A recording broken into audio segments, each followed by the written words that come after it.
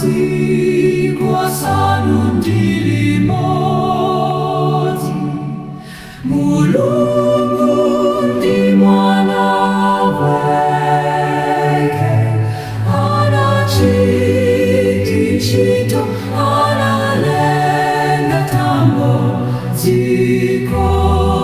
dichili chonse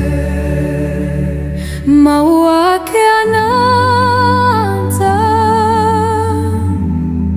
ndipo zinachitika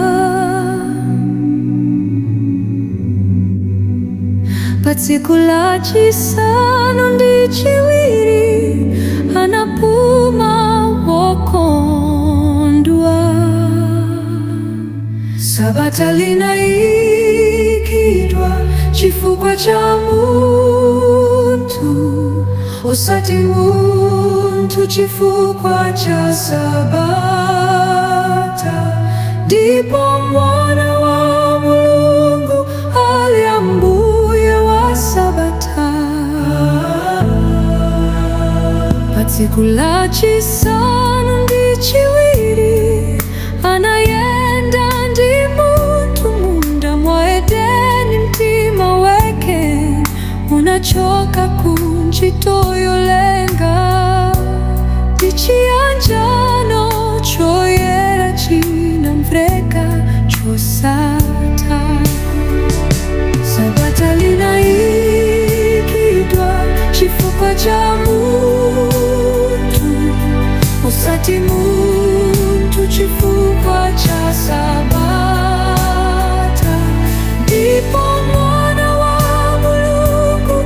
ali ambuye wa Sabata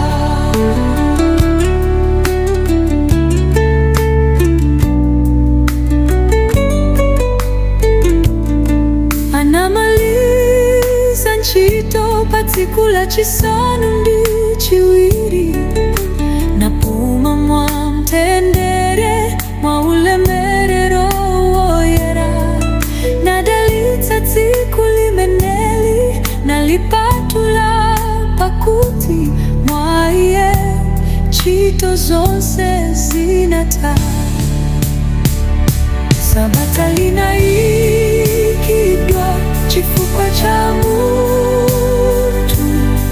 osati munthu chifukwa cha Sabata